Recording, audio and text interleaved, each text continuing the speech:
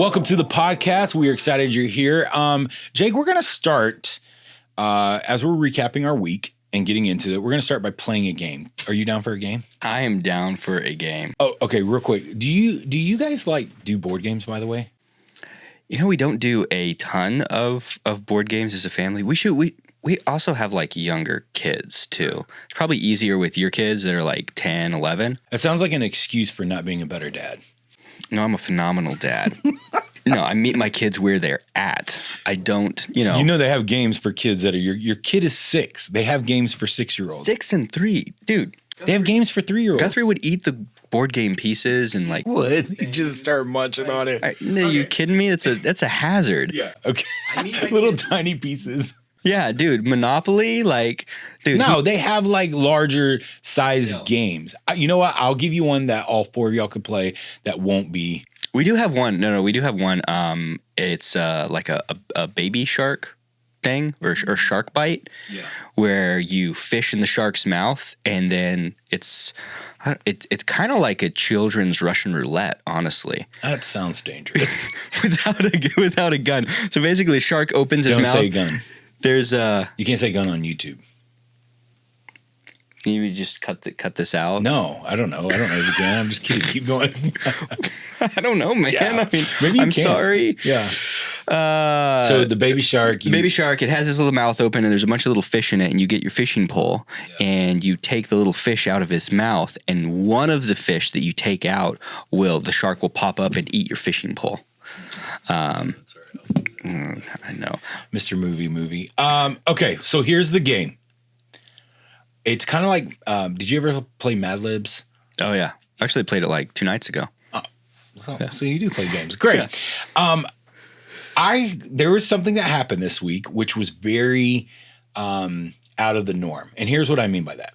Our business working relationship, when we work with clients one-on-one, whether we're helping a sales pro, just one-on-one and we're doing coaching calls with them and training them, or whether we're working with the business, or even in the group settings, right? Mm-hmm. I am the dad enforcer, and you are the nurturer when it comes to sales, just by the nature of... I'm the fun uncle. You're the fun uncle. That's who I am. Yeah, you're the fun uncle. You're always trying to play. It's like, let's get on this 4-wheeler and go, right? And I'm always like, put your helmet on, right? Because that's just kind of how our relationship is. But this week, there was a training that happened where the roles were completely reversed. And you went in on this crew of people. And I was happy for it. I was nice about it. Were you nice or were you kind?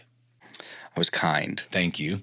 I know that you were kind about it, but you went in a way that normally you wouldn't. It would be left up for me. You're a good cop, I'm bad cop kind of a thing. Okay. So what I learned, I'm like, okay, I see something. I see a pattern that's going on. I'm noticing it in some of our other clients. So I want to fill in this. I want to play this game.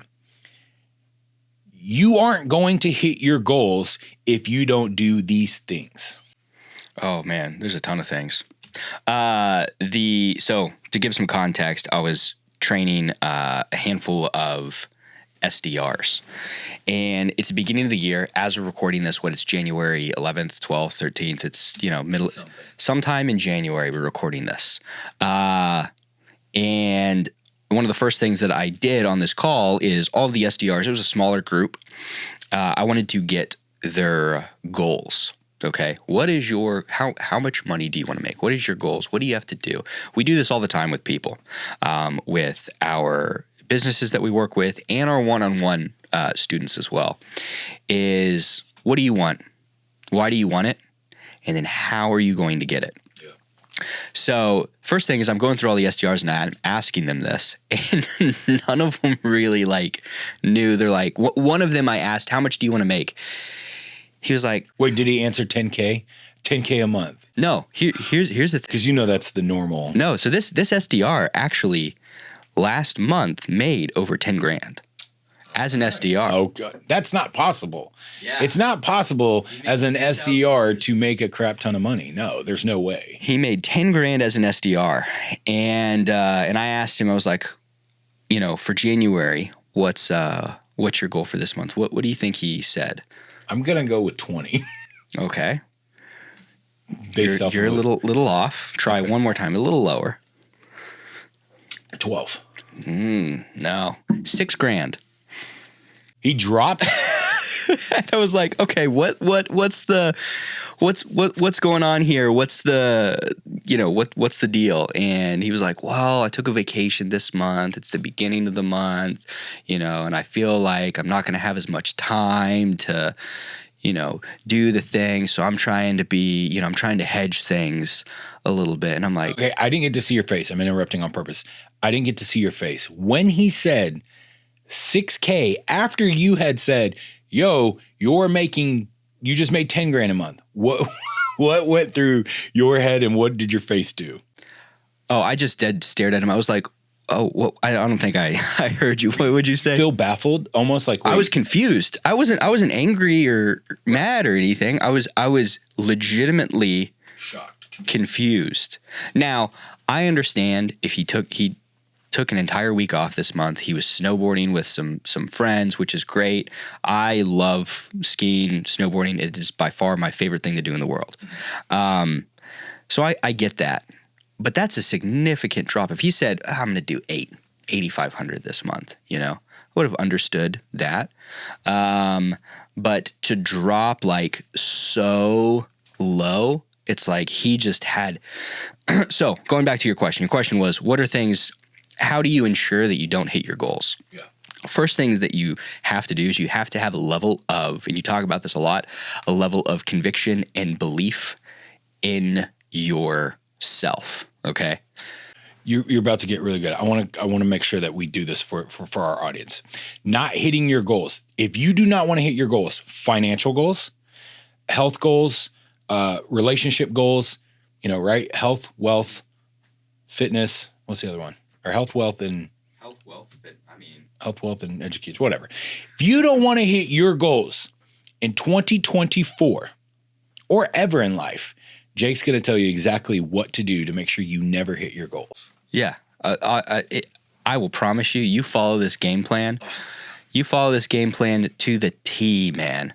It's a guarantee. Well, I shouldn't say guarantee. Don't say guarantee, but it is highly likely that you will do the opposite of your goal. So the first thing is have like no belief or conviction in yourself. None. Make sure like when you wake up in the morning, just look at yourself and say, hey, can we curse on this? I guess know. we can. Let's just see what happens. I'm a piece of shit. I suck. I hate money. Just repeat those affirmations to yourself, and I guarantee you're not going to hit your goal. Is it affirmation when you say I hate money? I'm a piece of crap? Negation. Negation. We just invented a new word. This is called negations. You're more trademark negation. That. Merch it, try to sell it, see where we go with it, and see what happens. Negations. The opposite of affirmations. So that's one. Okay. The second thing. Zero belief, number one. Belief. Second thing. Don't plan things. Don't plan things. Don't do math. Oh, don't do math. If you want to make 6 figures a year, if you want to make $1 million a year, right? You can set that goal, right? Set that goal. But what's very important to make sure that you do not hit the goal is don't actually do the math on how to do it. Don't figure out, okay, I want to make $250,000 this year. Don't figure out how many calls do I need to take? How many consults do I need to have on my calendar? How many outbound calls do I need to make? Track nothing. Track nothing and plan nothing.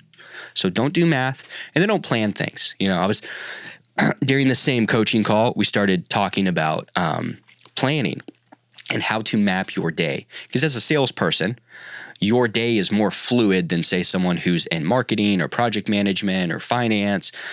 You have to be more adaptable. But there's still a way to plan your day, to map your day, to make sure that you consistently hit every single leverage point you need to hit in the day so you can hit your goals. But this isn't about hitting goals. Real quick, I would like to hear this portion. Now, if you don't want to hit your goals and you don't actually want to make the money you say you want to make, and you don't want to have the life that you want to say you want to like, I want you to fast forward this section right now, because what you're about to tell me is, as a sales professional, how I can actually achieve that which I desire. So if you don't actually want to hit your goals, don't listen to this section. Real quick, could you talk briefly about what I hear you call it time chunking. Can you talk about that first? Time chunking is what it's called. I actually personally use even on my calendar, like mapping your day. Mapping your day. But anyways, the way I like to plan things out is I like to have, the first thing that I do is I have clear blocks on my day for when I am off, like out of office, with family and everything. Like I put all of that on my calendar, very clear blocks of like, I start my day at this time, my day ends at this time. And the reason for that is because as salespeople, it is very easy to run in the red all the time if you're just constantly on. What do you mean by running in the red? Running in the red is you don't actually 100% shut off. So let's say after you're done taking calls for the day or prospecting, whatever the sales tasks are that you have to do, not having time to unplug. Like, here's a good example. If you have a family, which Josh and I both do, and you're sitting at the dinner table and you're checking Slack messages, you're still on, right? You're not actually present with the people. If you have friends at the end of the day, you go out to have some drinks, have dinner, and you're sitting there checking messages.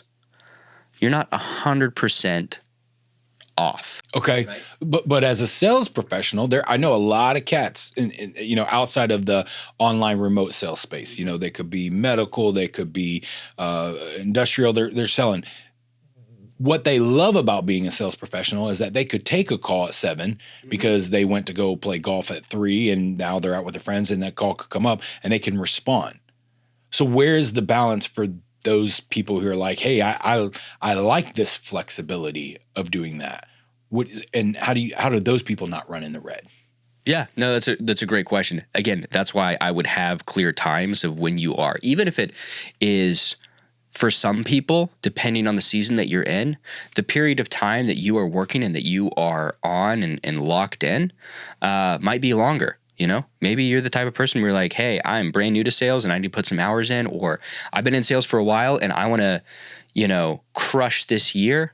We're in a push season. Yeah, I'm going to put some more hours in, and that's totally fine. So for those people, I would just have strict times where you're just unplugged for a little bit, or the way I like to think of it is because as an entrepreneur or a salesperson, someone running a business, it's hard to completely shut off, but I think of it more as like dialing down, right? So maybe when you're on, think of it that's turned up to like work mode, it's turned up to 85, 90, and then life mode, because you'll have texts from your girlfriend, your boyfriend, your spouse. Life mode is maybe at a 10. And then when you unplug, you turn work mode down to 10 and life mode's up to like 90. So you can still respond to things. But going back to what I was saying earlier, I would have clear blocks of like start and stop times. So every single person that we work with, I like them to have a 30-minute block at the beginning of their day and a 30-minute block at the end of their day. And I just call it your beginning of day routine, end of day routine. And inside of, we use Google Calendar. I'd actually in the description of the calendar invite, I'd list out what are the things that you have to do to start your day, right? Listen to a call recording, submit your projections, confirm your consults, reach out to all the people that you have follow-ups with, like whatever that list of things is, it's going to vary, but have that set at the beginning of the day. And then at the end of the day, actually have a checklist of things that you need to do to close out your day, to dial things from a 90 to a 10, right? Your end of day report, reflection, submitting that, adding notes inside of the CRM. Again, it's going to be different for everyone, but actually having a consistent routine. And the next thing that I like to have is every single, and I would do this at the end of the day. One of the things I would add is I would actually look at the following day, plan out the following day. So if you're an account executive or a closer or a field rep, whatever it's called, look at all the consults that you have on the next day. The last thing you want to do is wake up in the morning and it's the first time that you're seeing the consults that you have for the day. You should know going into that day, hey, I know I've got 6 calls. 3 of them, I don't know if I'm actually going to talk with them. I don't think that they're going to show. So what I'm going to do the day before is I'm going to actually create some time blocks for me to outbound, for me to do follow-ups, for me to do to go into my pipeline, but actually planning things out ahead of time. And then if you're an SDR, I like them to have like 3 blocks on the calendar that is just for prospecting. And specifically on those blocks, they have links to the list that they're calling, where they're finding those leads in the pipeline. Because what we want to do is reduce decision fatigue. So you don't have to think about when I start my day, and none of the SDRs I was talking to yesterday did this. When I start my day, I don't have to think, well, who should I call? Where should I start? It's like, no, you wake up, you do your beginning of the day routine, and then you say, I'm going to call this list, then I'm going to call this list, and then I'm going to do this. I want to pause for a moment because there's a couple things that you hit on. You hit on a lot of really, really good things. And I know we were being sarcastic at the beginning of how not to hit your goals. But as you're getting into it right now, what are the benefits of structuring my day out? So if I'm a sales professional, I have to be adaptable. I have to be able to be fluid, move left when I need to move left, move right when I need to move right. Okay. So I want to be fluid. What are the benefits of putting healthy constraints or parameters around my day? Yeah. The first one is having some consistency within your sales process. If you have... Expand upon consistency in your sales process. Because I don't think a ton of people actually understand what that means. Yeah. So one of the worst places to be as a salesperson is to have a bad week and not know why. But what's worse than that is to have a great week and not know why. Having consistency in your sales process allows you to know what's worked. If you have a bad week, you can look at your calendar and look at where you spent your time and say, hey, beginning of the day, these lists that I called, like I had this blocked on my calendar, I got a ton of consults set. Or if you're an account executive, I blocked out whenever I had a no-show, I did this activity. Whenever there was a no-show, here was my protocol. I called this list. I spent time in this pipeline, and I closed some deals from that. So you can look back on your week and actually be able to measure what works. Having consistency means like doing the same thing over and over and over, and then being able to measure if it actually worked. Because a lot of salespeople they do stuff. They create chaos, which is good and generates sales, but it sucks if you have a great week or a great month, and you're like, man, that was awesome. I want to say this. How do I do that again? Yeah. Because what makes somebody great, at least in our opinion, is not can they do it one time.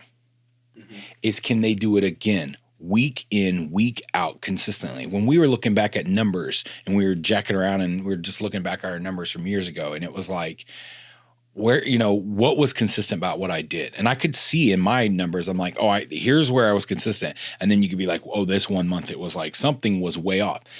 If I did not track in my calendar, my numbers, my metrics, all of those things, I wouldn't actually be able to go back and be like, hey, I had a bad month, a bad week, something. I had let's just say a bad month. Yeah. What was different since I track everything? What was different about this month than the last 6 months where I was consistently doing X? Mm-hmm. But if you don't track, and the only way that you can track is to structure. The healthy constraints allows anyone to structure out their day, because if your long-term goals govern your short-term decisions, then everything that I do in this hour, in this second, in this moment compounds to what I'm doing in this week, in this month, in this year, right? Mm-hmm. So I need every decision that I need to make, whether I'm going to call the leads or not. whether I'm going to follow up, whether I'm going to send those emails, whether I'm going to invest into myself and sharpen my axe, whether I'm going to join something like the Sales League and say, hey, I'm going to invest into me to make sure that I'm getting better so that I can do this over here. But if you don't structure that out, I mean, honestly, I really do believe it's damn near impossible, as you say, running in the red, to just operate that way month after month after month, to be consistent. It's not possible. If you want to perform at a high level, what person do you know is just a legendary high performer, high functioning, that has no control, has nothing written out, has no structure? Do you know anyone? I don't think I know. No. Yeah, anyone. And I'm not saying there's not flashes. Degenerate gambler. Yeah, I'm not saying there's not flashes in the pan where somebody can just pop off for a month, pop off for a couple months. Yeah. But we got to zoom out. So that we're both reading a book right now. We won't talk too much about it because I think we're going to do a whole episode on this book. But the one thing that I loved about the section of this book, and I believe that you're ahead of me, is where he says in America, businesses are only this old, but in like when you look at, Europe. Europe or in Japan, I believe it Japan, was. Yeah, it's they like, have like there was like 1,000-year-old business. I think it was like 900 or maybe 1,000 years old. Something like where you're like, we have such a small scope. It's like, oh, I want to make 10 grand. I want to make 20 grand this month. It's like, okay, but what if you said my goal was to average $20,000 a month, but one month you hit 12, the next month you hit 35. Mm-hmm. You think you're going to probably start averaging? I'm not great with math, but I'm assuming if I had that type of pattern, I could probably average that out, right? Yeah. And I think if professionals at any level, business owners, sales professionals, if you could just take what you just said earlier, which is like, I'm going to structure the beginning of my day. I'm going to that 10%, right? Mm-hmm. And then that bottom 10%, the end of my day. So that way the middle can be more efficient, more effective. I think people would realize how much control they really have over the money that they're making or the goals that they're trying to hit. I don't know. What are your thoughts on that? Yeah, no, absolutely. And it just requires you to have some level of discipline as well. Because, again, we know a lot of salespeople that do well and they're just chaotic, right? And they don't know how to replicate that. They're crazy. There's no structure to things. And that would work. I'm going to say that'll work for probably 10% of the people out there that are in sales. But for the rest of us schmucks like myself, I have to have, I'm not neither one of us are like perfectly organized or structured people, but I have to have some sense of structure to follow in order to, again, be able to measure things and know, is something working? Okay. If I do something for a week at a time, let's say I structure my week a specific way, and then Saturday or Sunday, I'm going to look back on my week and be like, all right, I structured my week this way. How were the results of that? Oh, I didn't do exactly what I wanted. Or maybe I did. Maybe this week worked perfectly. Why did it work so well? I'm going to do that. I'm going to do that again this next week, and let's see what happens. This whole podcast exists because we wanted to document everything that we were going through. The clients we work with, the people that we're helping, the lives that we're changing, the impact that we're having, but also the failures as much as the wins. Because our whole entire existence for this business, for the Sales League and what we do is to say, we just want to help people. Mm-hmm. We want to have a positive impact on the world, that we can help people make more money and have the lives that they desire to have. So what we could also do is be vulnerable enough to expose what we're walking through. Maybe somebody's listening and saying, hey, I know how I can help you with that. I can show you how to fix that. Or, hey, I relate to that. I'm raising my hand. Wow, yeah, that speaks to me. This year, we've made bigger goals than we've ever made, either one of us. Like, when I've done the math, it's somewhere between, well, I did the math again the other day. It's actually 400%.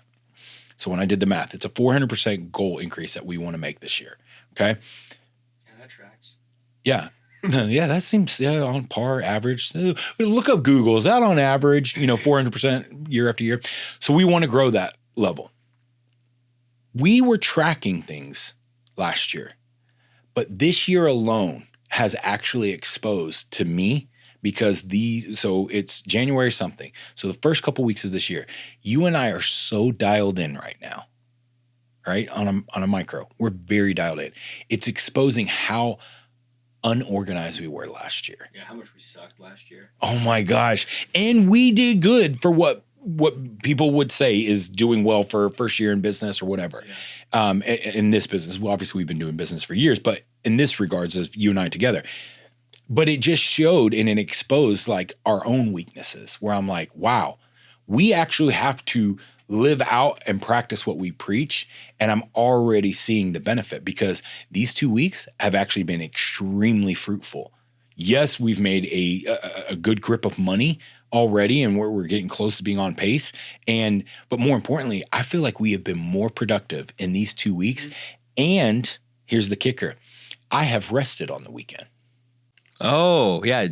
I rested on the weekends last year. Josh, on the other hand, dude, Josh did not rest. I worked 365 days last year. Yeah. And I'm not proud of it. It's just I got out of alignment. I was just pounding the pavement and was going to work.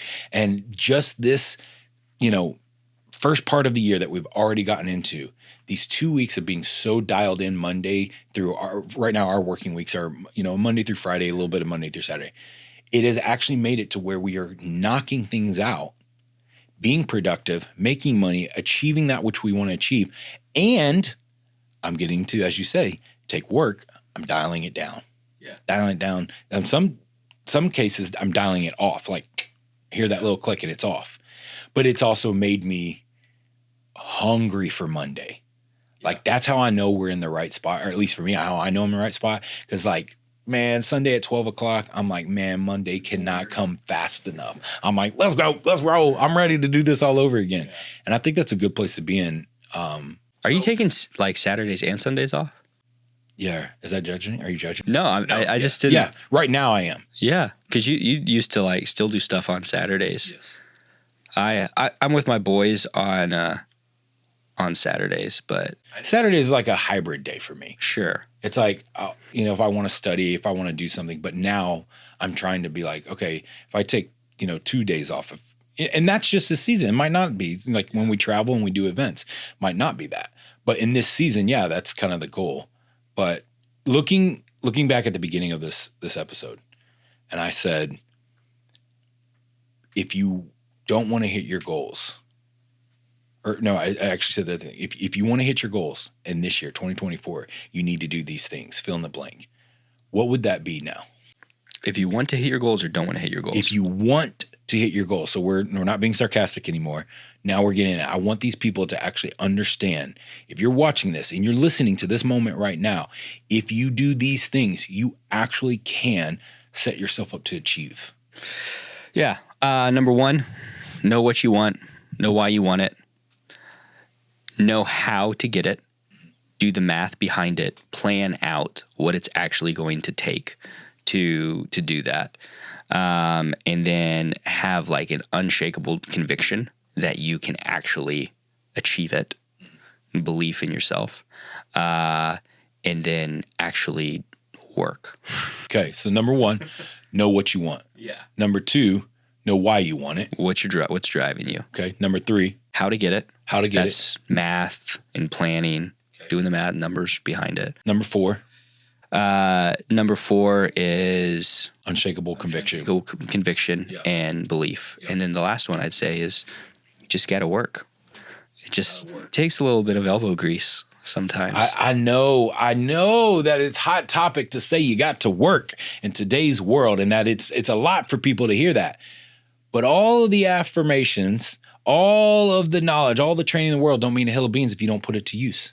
Mm-hmm. If you don't implement it, and to implement it, which means you have to work, you have to do this. So phenomenal. Thank you for sharing that story today. That was really, it was good. It was good. There was a lot of freaking golden nuggets in that. So I'm glad you were the bad guy this week, and not me. I'm just kidding. Thank you as always for listening to watching this podcast. However it is that you're consuming this, we are grateful for it. All we ever ask is that you would just simply subscribe or share it if you know somebody that might benefit from this. So until next time, thank you, my friend Jake. And until next time, stay sharp.